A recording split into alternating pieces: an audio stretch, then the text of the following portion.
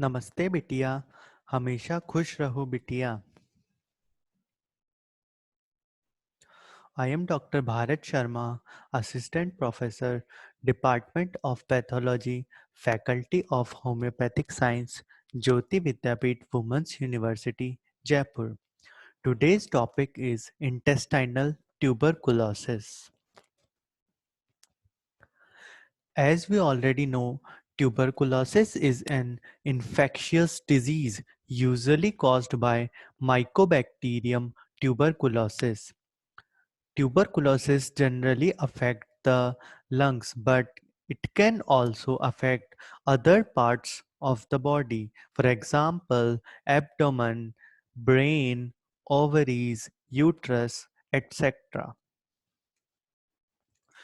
Tuberculosis is spread through the air when people who have active tuberculosis in their lungs cough, spit, speak, or sneeze. People with latent tuberculosis does not spread the disease.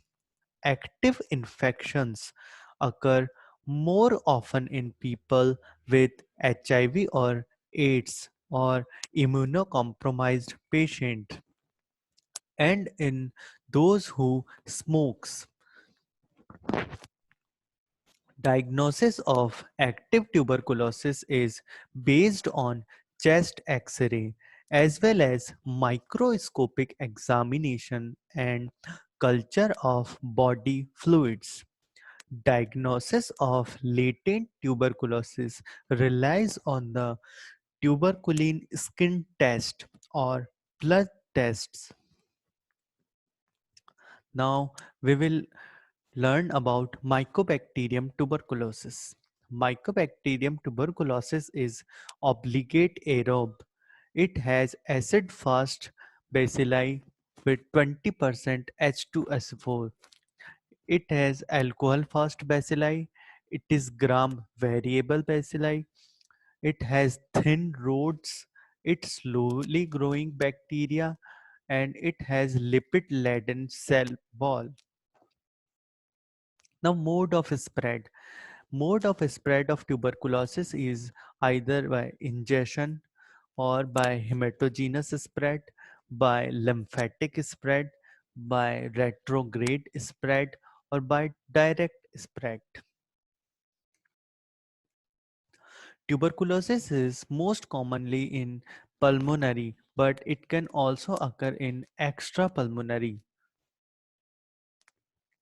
In order of frequency, in cases of intestinal tuberculosis, it occurs more commonly in ileum, then in cecum, then in ascending colon, then jejunum, then in appendix, then in sigmoid colon, then in rectum, then in duodenum, then in stomach, and lastly and very rarely in esophagus. What makes ileocecal region the most common site? First is abundance of Peyer's patches, presence of M cells, stasis which take prolonged contact time, increased fluid and electrolyte absorption, and minimal digestive activity at the ileocecal region. Intestinal tuberculosis can occur in three forms. First is primary intestinal tuberculosis, second is secondary intestinal tuberculosis, and third is hyperplastic cecal tuberculosis.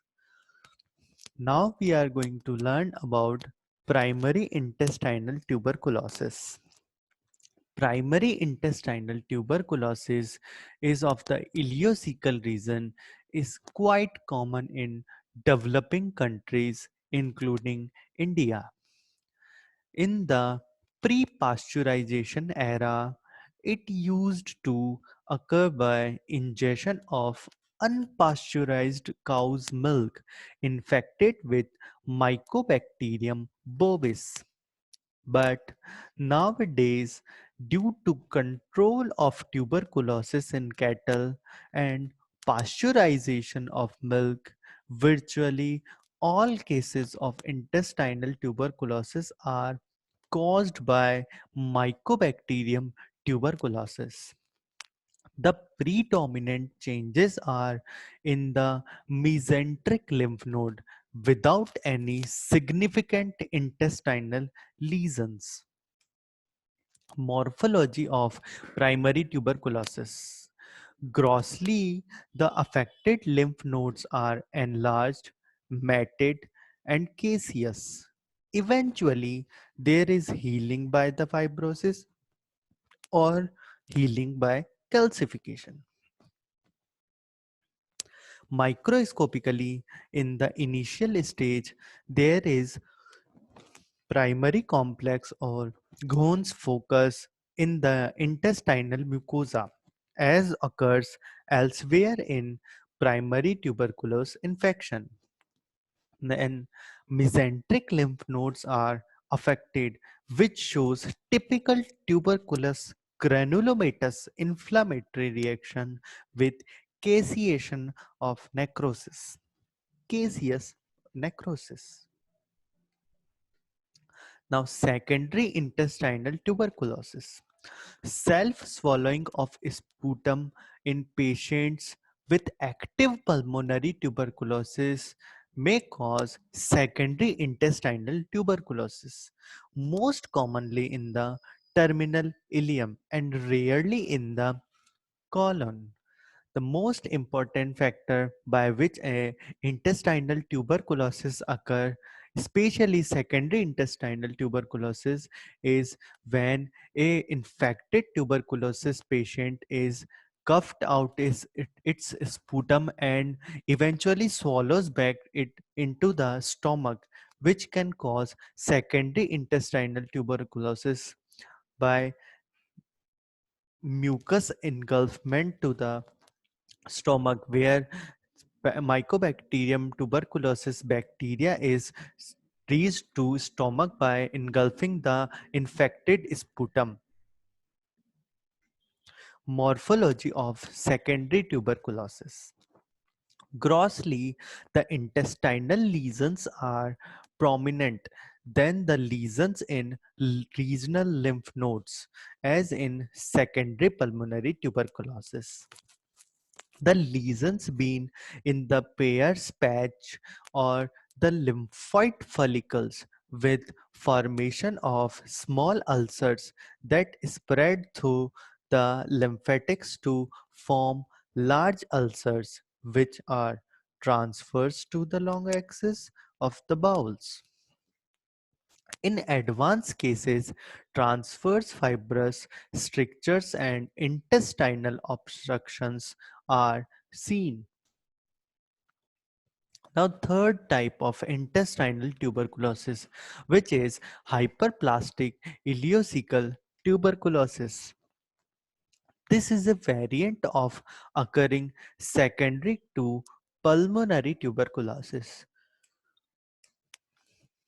Grossly, in morphological features of third type of intestinal tuberculosis. Grossly, the terminal ileum, cecum, and or ascending colon are thick walled with mucosal ulceration. Clinically, the lesions is palpable and may be mistaken for carcinomas of intestine, but the presence of caseating tubercle distinguishes the condition from Crohn's disease, in which granulomas are non-caseating. Here are the three type of intestinal tuberculosis. First is primary intestinal tuberculosis. Here you can see Ghon's focus and enlarged mesenteric lymph nodes. Secondary intestinal tuberculosis, thickened wall stricture is also present and transverse ulcers is present.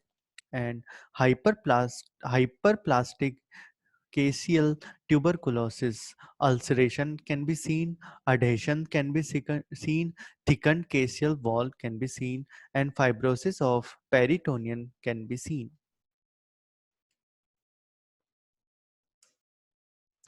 This session is powered by Digital Version 2.0 Jyoti Vidyapeeth Women's University. I hope you all enjoy this session. If you have any query, please mention it in comment box.